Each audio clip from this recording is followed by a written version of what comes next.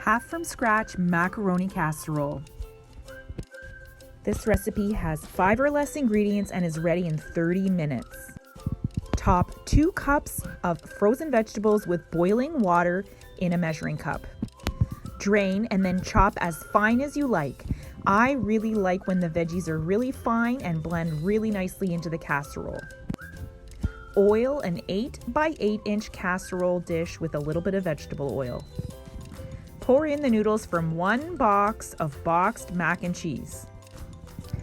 Then top with your chopped vegetables, and now time to make the sauce. In a measuring cup, put the pouch of cheddar that came with the boxed mac and cheese.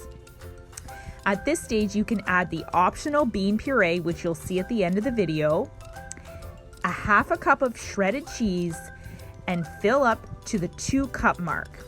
Stir until smooth.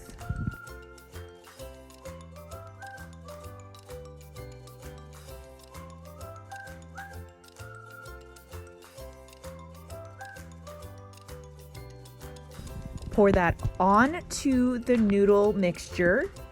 Top with the other half cup of shredded cheese and about a 1/4 cup of crushed goldfish crackers, soda crackers, or breadcrumbs.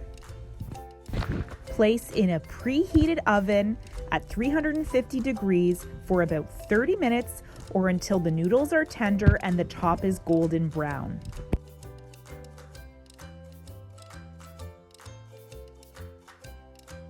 To make the bean puree, place about a cup of canned chickpeas, white navy beans, or white kidney beans in a bowl and mash with a fork until smooth.